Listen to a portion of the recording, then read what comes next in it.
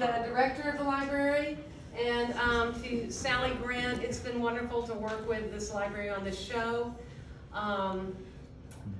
You know, this series erupted from me. People ask me, well, how did this happen? And, you know, I still don't quite know, but it wasn't a fair with a face. I mean, during the whole 20 through 21 tumult in our country, I was in between series in my work, and I saw this face of Abraham Lincoln, the Alexander Gardner quintessential photo with his bow tie, and I looked at this man's face, and it just looked like a Civil War battlefield to me. And a lot of my work deals with paradox, like the safety pin, will it prick, will it mend?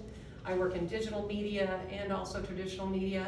And I just started, my husband, James Dawson, who's here, is very supportive with everything. He's a witness to this, but I immediately just started drawing this face of Lincoln. And I hadn't done a portrait in 35 years. So, and they start at that corner and go around the room. And this is a series that for me is a different offering. And yes, he does speak to me of, I don't know if it would be exactly peace, but it's certainly a face that is fighting for justice, and who gave everything to give equality to all, which is for me what our country still stands for with all of its problems. And he's been an inspiration to me, and it's full of, these pieces are not like perfect portraits of Lincoln, they're just emotional expression of looking at that face. And every night there was a different feeling that I had about him. I could probably draw him forever. And I must say that there are a few more pieces that are premiering tonight. 4 QR codes. I do work in digital media, and I like to have different ways for people to react to pieces, but the QR code right over here, beyond James, if you take your camera and go on the QR code, it will go inside the drawing that's right on this wall, number 10. I call it like Big Fat Lips Lincoln, number 10. He's kind of sad and morose, but it's really grown on me. But you show it shows me drawing the piece digitally on the computer with my hand, one mark at a time, and there are 3 more up in the lounge. And I also want to speak to one more piece at the end that I did this summer of Mary Todd Lincoln. Because the more when I was drawing Lincoln, of course I'd heard about Lincoln. We all grew up in the log cabin and all the things, and the Civil War, and the Emancipation Proclamation, and the Gettysburg Address, and he's a poet, he's a statesman, he's an amazing person, and self-educated on top of that, our 16th president. But I read more about her, and I felt, wow, she was very supportive of him, had a pretty hard time, was a difficult person, which most intelligent people are. And during the tumult of this summer with women's rights, I just had been looking at her face, and that was a final kind of little epitaph. It's the final Lincoln. It's really mostly about his face, but it's about hers too. And it's called I Had No One. And honestly, she didn't have anyone. Her whole family was Southern and had slaves, so when she married the president, she was on the other side. And her best friend was Jefferson Davis' wife, who, was the leader of the Confederacy. And so, she was alone. And I do offer this show, though, in a spirit of discourse, which is the way that Lincoln was. And, he kind of, he kept us together. I mean, there are people who say, oh, Roz, you realize he did this and he did that. I mean, nobody's perfect. I know Jefferson had slaves. We've all done things where we're just mortals. We are not gods here. But I do want to celebrate what the champions of our United States have done for us, especially this particular man, and he kept it together. I mean, that was the piece for me, not necessarily that he went one way or the other, but he kept us together.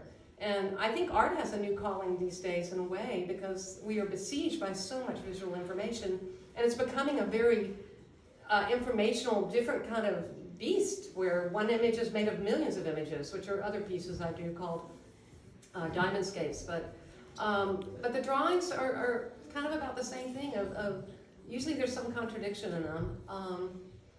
But I do feel that art, especially people working perhaps in digital media and that speak, and even in traditional media that are speaking to this age where we're all bombarded by so much media and imagery and everything. When I started in digital accidentally, you know, in the 1984, I never thought I'd be a digital artist. My paintings filled with pixels in New York City and squares. So it's been an incredible adventure, and I like trying to make the broader story about what is happening to us in this time we're in. Very exciting, but very, very difficult. And I think that people who can kind of harness this media and tell stories and build stories where we can have some meaningfulness through art.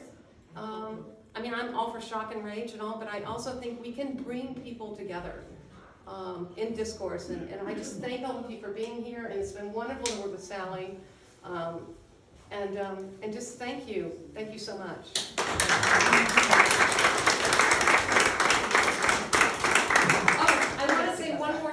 One more thing, if you have, this is a different kind of exhibition for me. And the 4 of the 5 natural media drawings, meaning they're one of a kinds, were sold last summer, and there's still a 5th one available, and of course Mary Todd. And the others are digital drawings, but to that point, I asked the people who bought this, it was more important to me that this show travels and that people see this show. I mean, I'd love for it to be part of the Smithsonian. I'd love for it to go to the Lincoln home or to Illinois. I see another person, Stephanie Zinger here, who's bought one of the early digital pieces, like number 15. So he's number 2.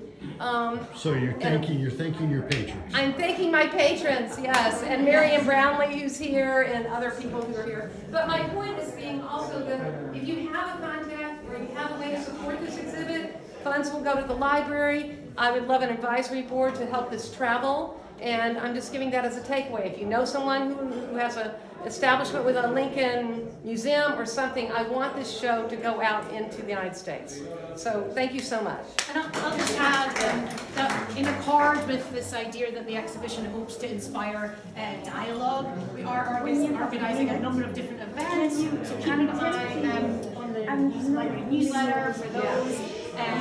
In a couple of weeks' time, John Avlon will be interviewed by Margaret Hoover, who presents on PBS.